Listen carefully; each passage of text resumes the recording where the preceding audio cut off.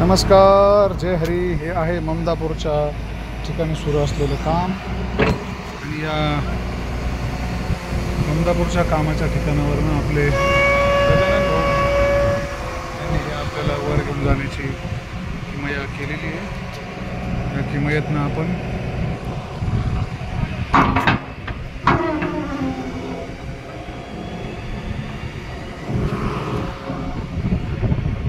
हे बघू शकतो. इतके ट्रॅक्टर आहे. हे बघा, हे 3 दिवसात इतकं काम झालंय आणि आता अजून बाकीच्या ठिकाणचं हे काम. हे बघा, हे ट्रॅक्टर उभे आहेत सगळे. हे सगळे ट्रॅक्टर आहे. 1 2 3 4 5 6 7 8 9 10 11 12 13 14 15 16 17 18 19 20 आणि आणखीन बाकीचे काही ट्रॅक्टर येत आहेत. हे सगळा जो नजारा आहे हा ममदापूरच्या कामाचा सगळा नजारा आपण बघू शकतो. आज या कामाचा 5वा दिवस आहे. इथनं हे सगळं ही इतकी धडी घेऊन झालेली आहे. साधारण 400 मीटर बाय 150 मीटर असा हा एक चौकोन असावा अंदाजे. आणि हे ह्या बाजूला झालेलं काम.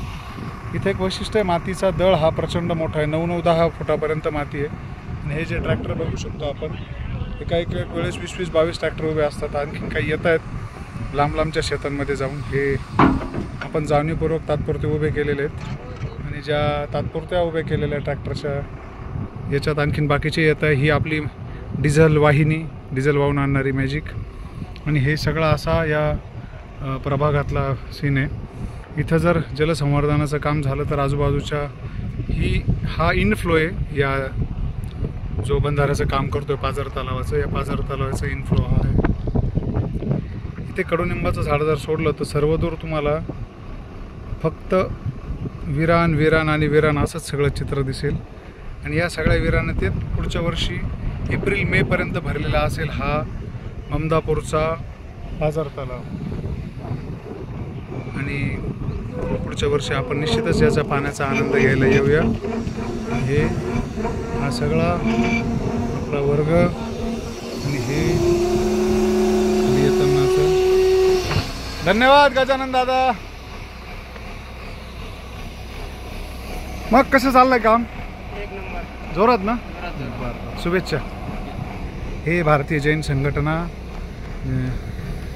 समृद्ध नाशिक फाउंडेशन आणि या सगळ्यांच्या वतीने हे सुरू असलेलं काम. ममदापूर पाझर तलाव या एकदा भेट द्या.